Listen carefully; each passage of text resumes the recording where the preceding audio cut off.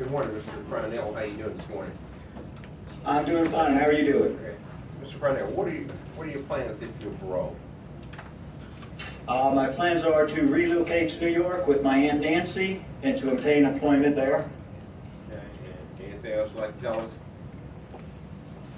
I just want to thank you for taking the time to do this. I'm sorry we have to go through this, but I've behaved myself for the last 20 years at Lee Correctional Institution. I've maintained the same job.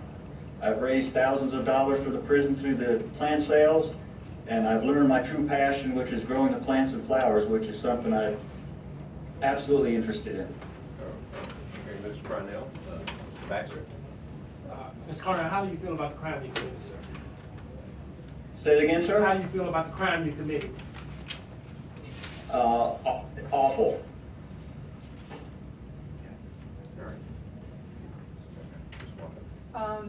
Mr. Cronell, can you tell me why you have only completed C-Star Phase 1, why you haven't gone on? Ma'am, shortly after I arrived here, they started getting rid of most of the programs that were available.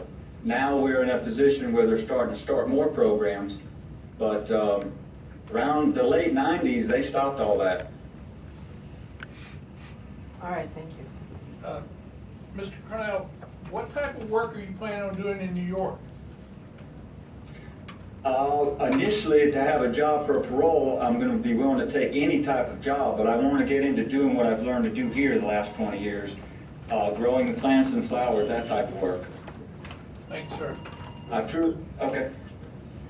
I have one question. Mr. Cronell, I've heard you talk about what you plan on doing in terms of in reference to youth.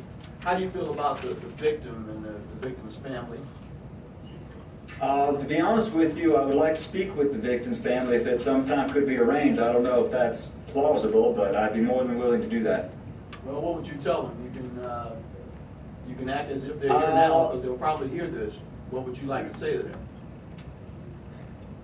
I want to apologize that they have to go through this parole hearing after all this time. I'm sure it's very traumatic for them. And I know this has been awful, not only for them, but for my entire family and many people I don't even know. What led you to do what you did? I could not tell you, sir. You've had 20 I years honestly to could not think tell. about it. You've had 20 years to think about it. And you know what? I could do another 20 years, and I could not explain to you. I have no idea why.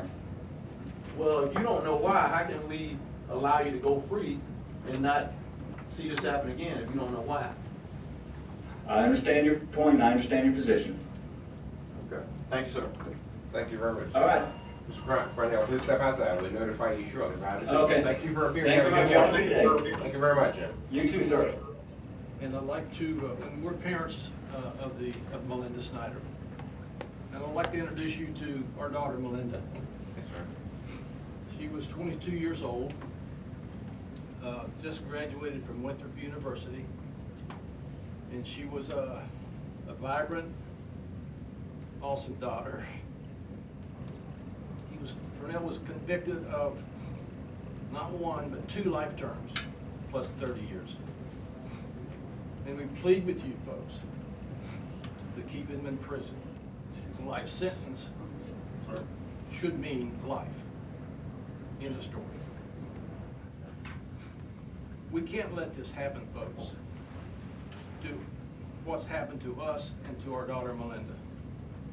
We can't let it happen to another person or another family. It's absolutely destroyed our family.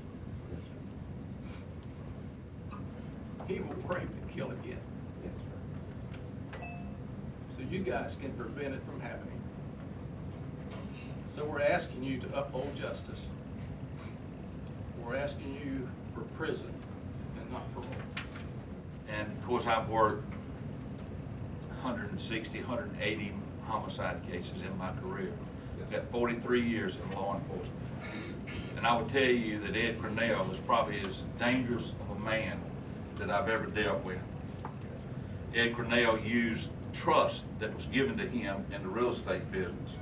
He knew what Melinda Snyder looked like because he had previously been there, and he had evil and sex on his mind, and in his heart, and he went there.